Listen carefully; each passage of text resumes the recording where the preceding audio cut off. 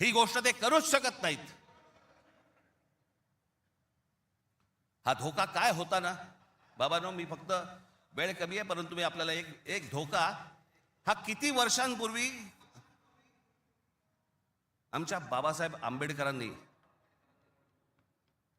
आमच्या बाबासाहेबांनी मांडलेला तुम्हाला फक्त एक गोष्ट वाचून दाखवतो, जी मी 2008 ला वाचून दाखवली होती। बाबासाहेबांनी काय त्यावेळेला मांडलं होतं हे तुम्हाला आज कळेल मी काय सांगतोय तुम्हाला ते। उत्तर प्रदेश आणि बिहार यांच्यासारखी राज्य निर्माण करून हे बघा, हे पुस्तक आहे भाषिक राज्य पुनर्रचना मीमांसा, आपल्याला कुठे मिळालं तर आपण जरूर वाचा।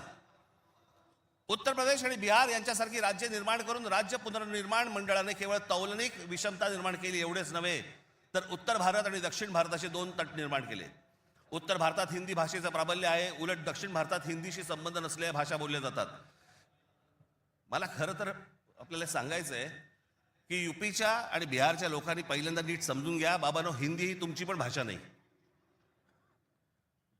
यूपीच्या लोकांची भोजपुरी भाषा आहे, बिहारच्या लोकांची मैथिली भाषा आहे, अवधी भाषा आहे। हिंदी भाषा तुमची पण नाही आहे। माझा कुठच्या भाषेवर राग नाही, परंतु तुम्ही आमच्यावरती लादणार असाल तर लाथच मारू।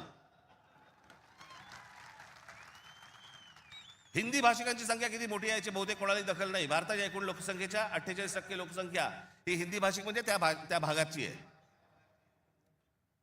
माझ्याकडे घटना निर्मितीचे काम होते त्यावेळी एक गुपित घटना मी नमूद करू इच्छितो, अर्थात गुपित भंगाचा आरोप माझ्यावरती येणार नाही अशी अपेक्षा आहे। काँग्रेस पक्षाच्या एका बैठकीतील हे गुपित आहे।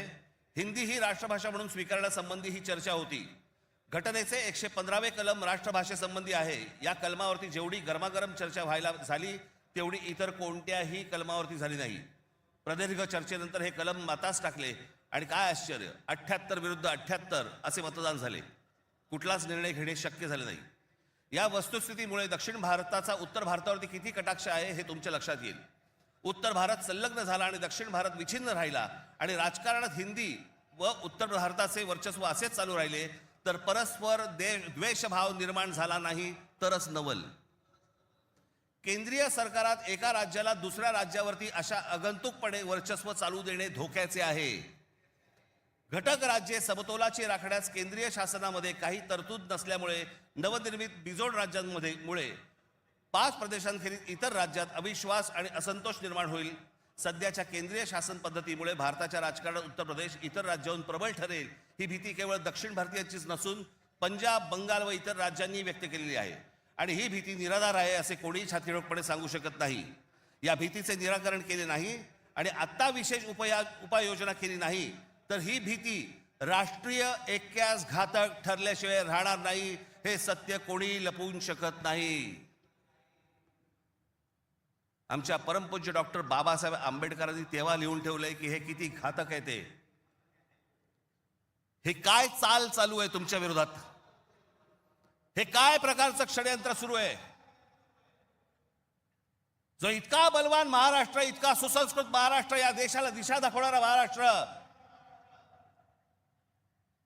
सगळ्या बाजूनी संपन्न असा महाराष्ट्र, हे सगळ्या बाजूनी येत आहेत आणि महाराष्ट्राने तुम्हाला फक्त इथे तुमचे चावे घेत आहेत, तुम्हाला उद्ध्वस्त